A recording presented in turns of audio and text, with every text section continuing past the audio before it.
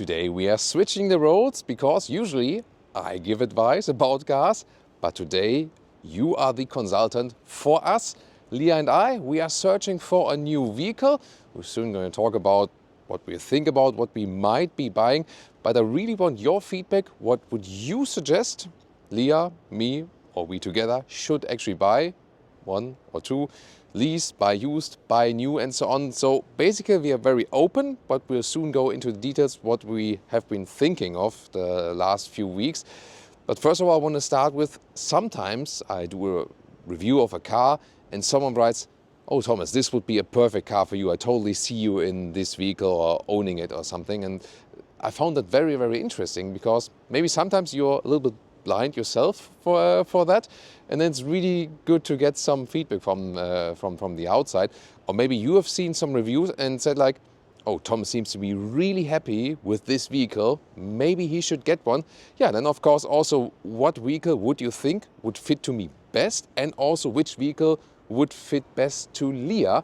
And we start first of all, no matter which segment, and I'm really looking forward so much to your feedback, and we really want to make it a thing here that we follow your feedback, we check out the comments, we're looking forward what you have to say, and then actually pick these vehicles there and test them ourselves again, new or used. Let's see which ones we can get, and then then proceed further basically. So we're taking you along our decision, our purchase process, and this will be a lot of fun for us and of course a lot of fun for you. So please start with just like a very open suggestion.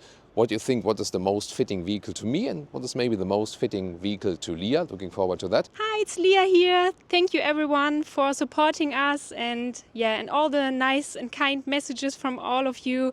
And I love you all, and thank you so much for everything. For me, it's very important that the car looks very nice from the outside, because when you go to the car and it looks nice, then you always say, that's my car.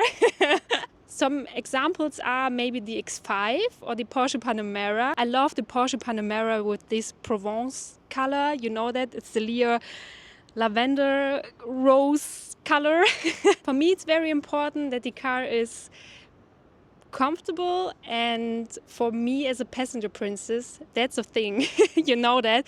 And maybe there's some place for my Stanley Cup. And now let's get into some of the details, what we have thought so far, because obviously we make our own experience with all different reviews we make, and in general we are basically open to any brand, so we don't have any special brand preference or something like that. You know that I used to drive Jaguar because I've also been working for Jaguar and we're in love with British cars and the design and so on. Well, we all know what happened with Jaguar, and really sad that the brand just spiraled downwards, sadly. Let's see if this relaunch will do any good to the brand. Definitely closely following that as well. And our most recent purchase was the Audi S5 convertible. If you have not seen this review, we will also link it again towards the end of this video, the Audi S5 convertible review, where, we love this car on the one hand. On the other hand, we also had like mixed experience with it. Definitely still a great car, and we love driving with open top with that convertible.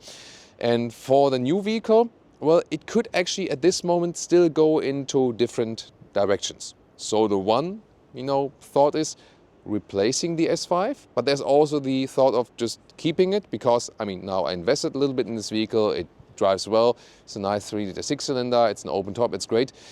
If you would buy a new convertible, because I definitely want to keep at least one convertible, might be thinking in the direction of a BMW 4 Series convertible, for example, if I would buy one new now. Other convertibles, not sure what else to think of that, at this moment. But another solution could also be just keeping that one, because, we have, let's say, different goal conflicts. So Leah prefers something that is still like a little bit more compact, where she can also go shopping with, also maybe like tighter corners, narrow streets, going in the basement garage or some normal car garage park like this one here, easy when you're getting in and out and so on. At the same time, we both love convertibles. Then I'm more thinking of if we go to events and we have a long way to drive and we want to fly less, for example, and more want to drive like with the car. I'm thinking of something for long haul, something that is more convenient, more comfortable than like this mid-size segment with the Audi A5, or in this case then the S5. So I'm more thinking into larger cars where Leah also has fun with, but then again she says, yeah, does it always have to be so large and so on, where, you know, with the male choices of cars. So this is like, yeah, thinking back and forth here at the moment. Leah really loves the Mercedes GLC. Been driving this one in different versions, different engine versions and so on. She also had a lot of fun with that, driving with the girls, with all the ambient lighting pumped up and listening to loud music and so on. And then we also have some vehicles which we both like very much indeed. But first of all, to my favorites. So I really like a BMW 5 Series and the Mercedes E-Class. I think for me it's like this segment where these cars really shine inside the brand portfolio. I also like the Audi A6, but more in that previous generation, not the all-new we've shown to you, which drives great, just with the driving review it just launched. But the interior, I'm more happy with the previous generation interior. So Mercedes E-Class, Audi A6, BMW 5 Series, Lexus ES. You know, that would be rather my segment I'm looking forward to for like long haul driving and being very relaxed and comfortable and so on. That's why I also have like this BMW 5 Series here today, because soon I'll launch a review about this one, but really from a very, very buyer's perspective, from my buyer's perspective. And we will test that one also with different engine versions, because I want to find out more about the difference plug-in hybrid versus like really high spec and 6-cylinder, and then with a more low spec 2-liter 4-cylinder engine, also comparing the weight and so on. And what we also want to do is take you with us when we check out some used vehicles. You know, are they still good then? What does my friend at the workshop maybe say, if I can buy it or not? And are they still in good shape and so on? This will be super interesting. Or for example, we'll also go for a used 5 Series. So this here, the G60, also take a look at the G30. And if it's maybe even better going for the previous version. So I'm really looking forward for that whole process, also for me personally, because I'm still totally into cars after all these years. I love cars, and also, you know, the different buying I really enjoy that actually. Yeah, so this segment really interesting to us definitely. And recently there were also some interesting leasing offers, for example, for BMW 7 Series. When I think about which cars have I driven in the past years, and that really impressed me and like left the impression of, I really need to buy one. I mean, that time maybe like long-term subscribers will remember when I test drove the Audi A5 convertible. I went on that review and thought like, damn, I think I really need one. And that doesn't happen that often, because when, I mean, I probably drove, I don't know, 1,500, 2,000 cars in my life or something like that. And then in a way, yeah, you don't get impressed that easily. It's just like a natural thing. But when I then returned from an event, I thought like, that car was so nice, I really wanted it home. That means something then. And I had that feeling with the Audi A5 convertible at that time, and that's why I ultimately also ended up with owning one. And I had that feeling somehow with the BMW 7 Series as well. Yes, it can be criticized from the exterior. Some might like say like the exterior grille is too loud, and I can really understand that. And I also have more favorite cars from the exterior design, but it still drives so smooth. And they also have the animal-free seats, which are extremely comfortable. So I'm also thinking about that. You know, it's still larger, and Leah says like, this guy is like too large, the vehicle, you know, but what's the use for that? But I'm still also fancying that one. And yeah, so I think at this moment, Mercedes GLC, BMW 5 Series, Mercedes E-Class, Lexus ES, BMW 7 Series, Audi A6 previous generation, and of course Audi A7. There's no all-new one from that yet, at least also not planned. But we found the Audi A7 also extremely beautiful from the outside, and I have to think about what about repair costs, of course, if you buy used ones and so on. So Leah, for example, also really liked the BMW 4 Series Grand Coupe. That might be also a mix of everything, and of course a little bit lower in the price in comparison to the segments above that. Then if we more think about larger SUVs, we both really like the BMW X5 or the BMW X6. However, looking at these larger SUVs, both the used car prices and also the new leasing rates, you always pay some kind of a extra SUV price in comparison to the correspondent model, which is not the SUV. And what I also realized, getting in and out is nice, seating position is pretty nice with the SUVs, also that you have the hatch in the back and so on.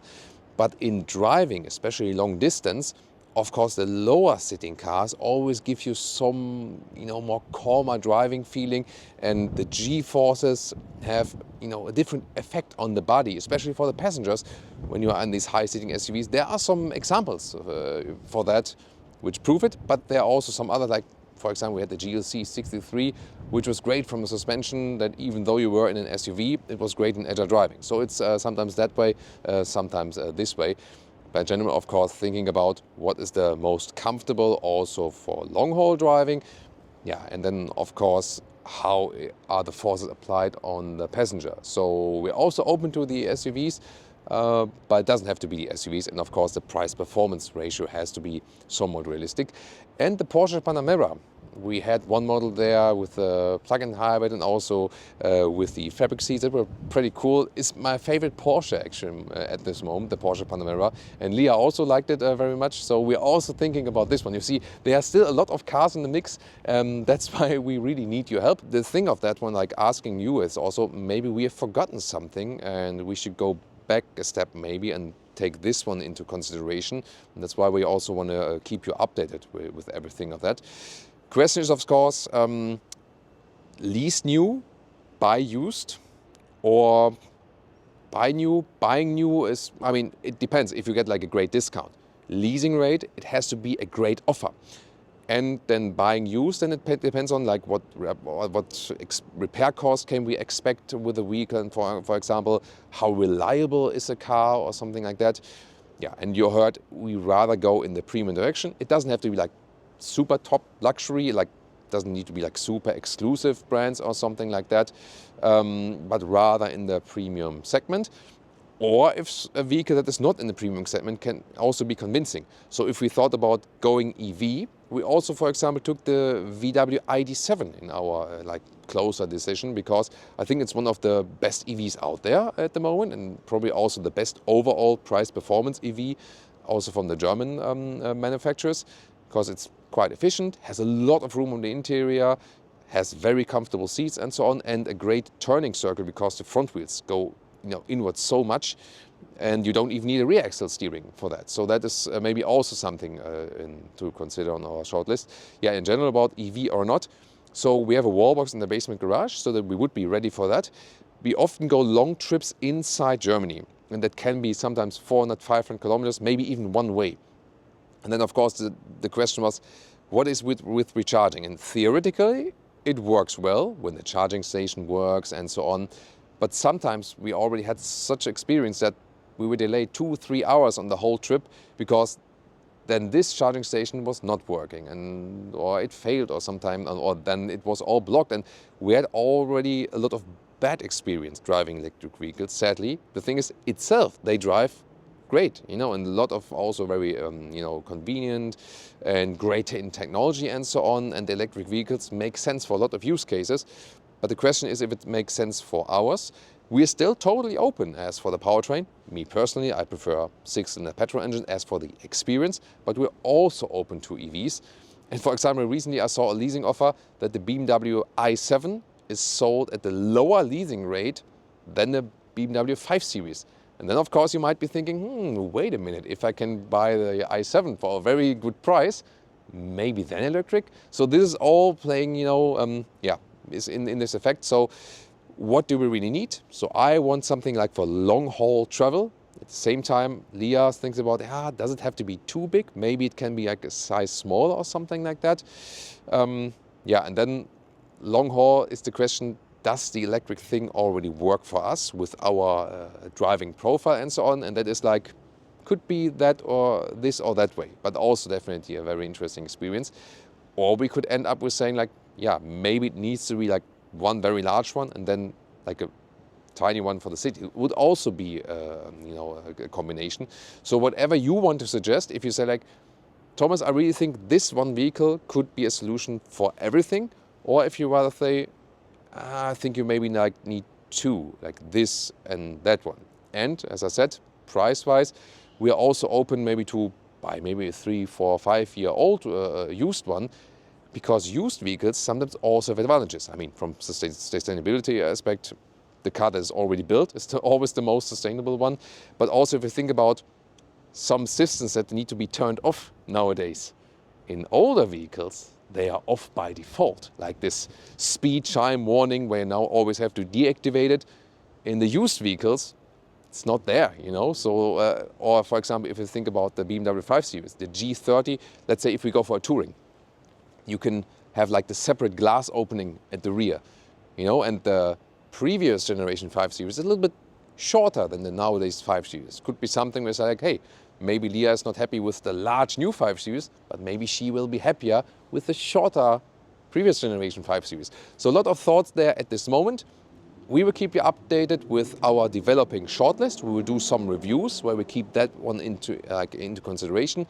Also take you to the dealers where we do some used car rides. And then really looking forward to your sincere feedback. And yeah, I mean, doing this video, I'm so excited what you're going to say, what you want to suggest to us. And yeah, I mean, on a daily basis, I'm giving so much advice over all different social media channels, like which car to buy. And you know, I've never been about this is the best car, this is the worst car. What I always want to try to find what is the best car for you.